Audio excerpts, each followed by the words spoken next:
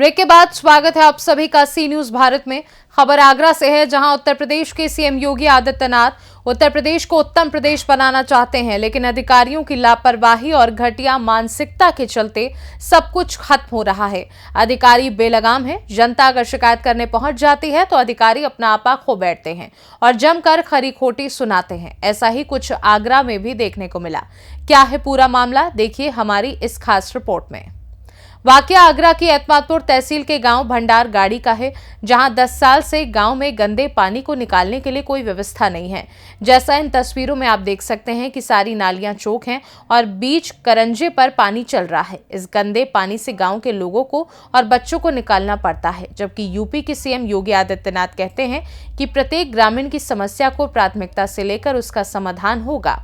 लेकिन ग्रामीण महिलाओं ने जब इसकी शिकायत तहसील दिवस में की तो महिलाओं को शिकायत करना इतना भारी पड़ गया कि नायब तहसीलदार हरिलाल सिंह गांव पहुंचे, जहां महिलाओं से बातचीत करते ही उन्होंने अपनी हड़पत कर दी और पूरा रौब झाड़ दिया। इसका वीडियो जमकर वायरल हो रहा है।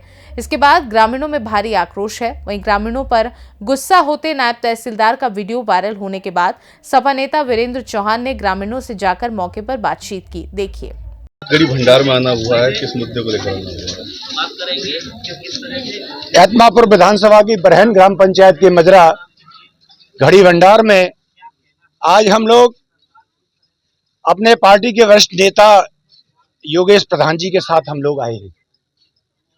कल जो घड़ी भंडार में एतमादपुर तहसील में तैनात नायब तहसीलदार के द्वारा अपनी फरियाद को लेकर धर्मवती नाम की ये महिला तहसील में जाती है और इनकी शिकायत के आधार पर नायब तहसीलदार गांव में आते हैं। गांव में आकर समस्या का समाधान तो नहीं किया, लेकिन नायब तहसीलदार महोदय ने पूरे समूची नारी शक्ति का अपमानित करने का काम किया। उनके द्वारा जो विभिन्न चैनलों पे हमने देखा कि नायब तहसीलदार को ऐसी अभद्र भाषा करने का अधिकार किसने दे दिया। हम नायब तहसीलदार का वक्तव्य देख के हतप्रत रह गए। उन्होंने कहा कि ऐसी क्या तू गवर्नर हो गई है? अरे नायब तहसीलदार साहब, गवर्नर तो हमारे बीच की नारी शक्तियों में से कोई हो सकता है, लेकिन तुम गवर्नर नहीं हो सकते। तुम ज्यादा से ज्यादा बन सकते हो तो तुम एडीएम तक पहुंच जाओगे।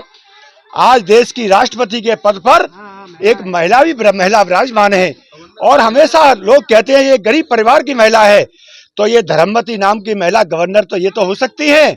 लेकिन तहसीलदार साहब, तुमने जो आज भाषा का प्रयोग किया है और ये गवर्नर होने की बात नारी शक्ति का अपमानित करने का काम किया है।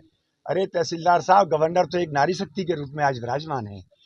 तुम्हें अपने सामान्य ज्ञान में वृद्धि करनी चाहिए और तुम्हें नारी शक्ति का अपमान इस भारतीय जनता पार्टी की सरकार में देखने को मिल रहा है। एक तरफ ये सरकार कहती है कि भारतीय जनता पार्टी के शासन में नारी शक्ति का सम्मान अगर किसी ने किया है तो भाजपा के लोगों ने किया है। आज देख लें, माननीय मुख्यमंत्री जी देख लें, माननीय प्रधानमंत्री जी देख लें कि आगरा जनपद की एतमादपुर तहसील के गांव घड़ी भंडार में जिस तरह से नारी शक्ति का सम्मान आपके अधिकारी कर रहे हैं, मैं समझता हूं हर एक का दिल पसीजेगा ही नहीं। बिल्कुल इतना आक्रोशित है इस समय इस आसपास की जनता जो है कि 100-200 फोन आए होंगे कल से।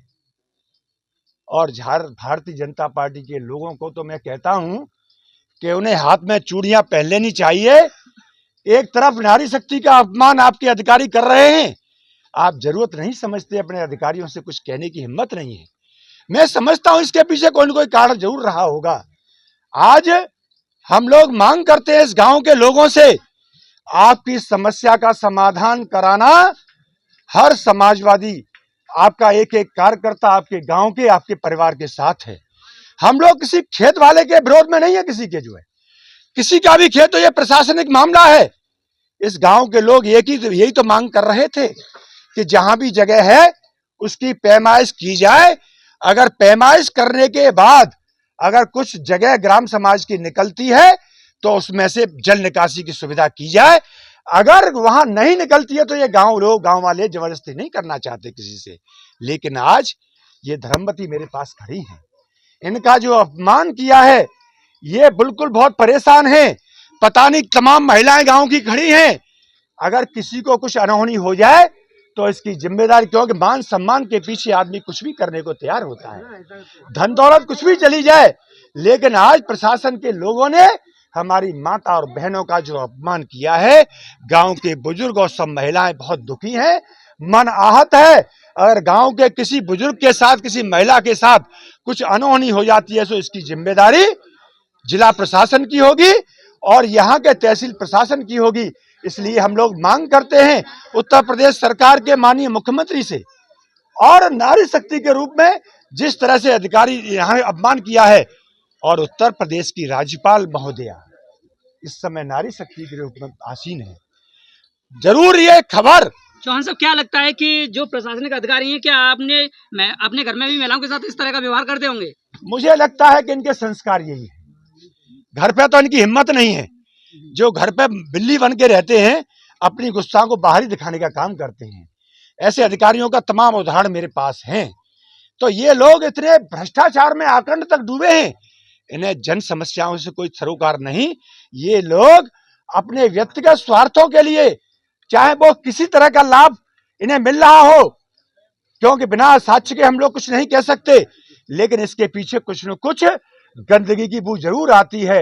जिस तरह से व्यवहार था नायब साहब का, मैं समझता हूं कोई सामान्य बात नहीं है। उनके हित जरूर प्रभावित हो रहे होंगे, तब धर्मवती जी के साथ उन्होंने इस तरह का व्यवहार किया। अधिकारी को लेकर आप उत्तर प्रदेश मुख्यमंत्री जी से क्या मांग करते हैं? हम माननीय मुख्यमंत्री से मांग करते हैं कि जिस तरह से नारी शक्ति के साथ नाम लेकर कि तू क्या चबर चबर कर रही है, इस तरह की भाषा, तू क्या राज्यपाल हो गई, तहसील चली गई? तो मैं कहता हूं कि अगर माननीय मुख्यमंत्री जी ने इसका संज्ञान नहीं लिया तो प्रशासन से आम जनता का भरोसा उठ जाएगा। अगर भरोसे को कायम रखना है माननीय मुख्यमंत्री जी को, तो ऐसे अधिकारी को के खिलाफ तत्काल प्रभाव से कार्रवाई की जाए, वरना आम जनमानस का विश्वास हट जाएगा और अपनी जन समस्याओं को लेकर नारी शक्ति तो कभी हिम्मत नहीं कर पाएंगी। इसलिए मुख्यमंत्री जी के साथ साथ मैं उत्तर प्रदेश की राज्यपाल महोदया, इस आपके माध्यम से, आपके चैनल के माध्यम से उन तक ये बात पहुंचेगी, तो ये उत्तर प्रदेश के मुख्यमंत्री जी को निर्देशित करने का काम करें कि उस अधिकारी को तत्काल प्रभाव से बर्खास्त करने की कार्रवाई करें। कार्रवाई न होने तक हम लोग, समाजवादी लोग, कल जिलाधिकारी महोदय से मिलेंगे और जिलाधिकारी महोदय से मिलकर पूरे प्रकरण को रखेंगे और उनसे ऐसे अधिकारी के खिलाफ सख्त से सख्त, बड़ी से बड़ी कार्रवाई करने की मांग करेंगे। चलो जी, भारतीय जनता पार्टी की सरकार है और कल जो उनका जो नारा चल रहा है, नारी शक्ति मिशन शक्ति वाला, उसको पलीता लगाया जा रहा है नायब तहसीलदार के द्वारा, क्या कहना चाहोगे? ऐसा है, कल ये हम लोगों ने अभी हमारे आदरणीय वीरेंद्र सिंह चौहान जी के साथ पूरे ये गांव मोहल्ले का पूरे का भ्रमण किया था, देखा। इसमें कोई श्रीमती धर्मवती देवी जी का ही कोई समस्या नहीं है, इसमें लगभग 60 से 70 परिवार प्रभावित हैं। और आप लोगों से भी गुजारिश है, उसको आपने भी वैसे शूट किया है और करिए, तमाम गलियों में जल भराव है, उसकी वजह से माता बहनें बच्चे रोज गिरते हैं, रोज उसमें गंदे होते हैं, बीमारी भी आप जानते हैं, मौसम चेंज हो रहा है, बीमारी भी बढ़ेंगी। उन्हीं सब समस्याओं को लेकर के श्रीमती धर्मवती जी ने अपनी बात, अपनी परेशानी को अधिकारियों के समक्ष रखा। लेकिन ये बड़े दुर्भाग्य की बात है कि सरकार, जो अभी आपने कहा कि नारी शक्ति का सम्मान, ये सब मुझे तो केवल ढकोसला लगता है। एक नायब तहसीलदार जो यूपीएससी आयोग से जिनका सिलेक्शन हुआ हो और उनकी इतनी गंदी भाषा, इतना अभद्रता भरी भाषा, बड़ी शर्मिंदगी महसूस होती है। ऐसे अधिकारी को तो तत्काल प्रभाव से बर्खास्त करना चाहिए, क्योंकि जिन लोगों को, पढ़े लिखे लोगों को ये तमीज़ नहीं कि हम महिला से किस तरह से बात कर रहे हैं। मैं आदरणीय वीरेंद्र सिंह चौहान जी ने जो कल के लिए समय रखा है, हम समाजवादी लोग 100% कल सभी जनता के साथ इस समस्या को लेकर के डीएम साहब से मिलेंगे और जो अभद्रता की गई है नायब तहसीलदार साहब के, 100% उनको बर्खास्तगी के लिए हम मांग भी करेंगे और आगे अगर जरूरत पड़ी तो समाजवादी लोग आंदोलन भी करेंगे। मुलाकात आपके साथ क्या भद्रता की तहसीलदार ने? तहसीलदार ने मेरे साथ ऐसी बदतमीजी की है कि कहा कहते हैं तू का गवर्नर हो गई है, तहसील का पहुंच गई, गवर्नर हो गई तू। और आप शब्द कहे हैं मुँह तो ऐसी बुरी बुरी, और कछु संशोधन हो रो ना है, नाली को विकास कर रहे ना है, सुन रहे था ना है। समस्या नाली की थी, नाली का पानी निकास चाहते हैं हम, बस और कछु ना चाह रहे, यही मांग करी। कोई वे मुँह तो ऐसे आप शब्द कहे हैं उनने। आप क्या चाहती हो? मैं ये चाहती हूँ बस हो जाए, बस नाली का निकास हो जाए पानी का, बस कार्रवाई नहीं होती है तो मैं कुछ और हुई कहना चाहती हूँ। आगरा से सी न्यूज संवाददाता विष्णु बघेल की रिपोर्ट। बता दें, अधिकारी चाहते हैं कि आप अपनी समस्या जनता दरबार में ना कहो, अगर शिकायत की तो समस्या खड़ी हो जाएगी। लेकिन सवाल तो बनता ही है कि अधिकारी सरकार से जनता के काम को करने के लिए लाखों रुपए सैलरी ले रहे हैं, लेकिन जनता की समस्या का कोई समाधान नहीं हो रहा। वैसे आपकी दृष्टि में ऐसे अधिकारियों पर क्या कार्यवाही होनी चाहिए, हमें कमेंट करके जरूर बताइएगा। फिलहाल के लिए खास रिपोर्ट में बस इतना ही। देश दुनिया की बाकी खबरों को जानने के लिए आप देखते रहिए सी न्यूज भारत।